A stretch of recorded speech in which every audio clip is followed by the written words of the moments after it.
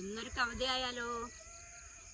മക്കൾക്കു വേണ്ടി ഞാൻ കാശു നേടി, അവരതുകൊണ്ടു ഇംഗ്ലീഷു നേടി.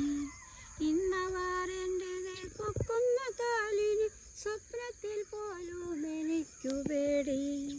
ഊണോ മുറക്കവുമില്ലാതെ ഞാൻ നേടിയതൊക്കെ അവർക്കു വീതിച്ചു നൽകി.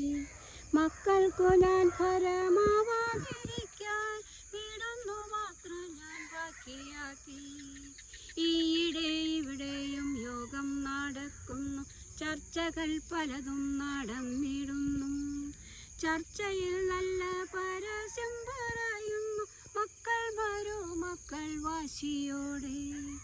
കൊച്ചിയിലുണ്ട് വൃദ്ധാസദനം, അങ്ങോ ജീവന്റെ ജീവനാമെൻ്റെ മക്കൾ.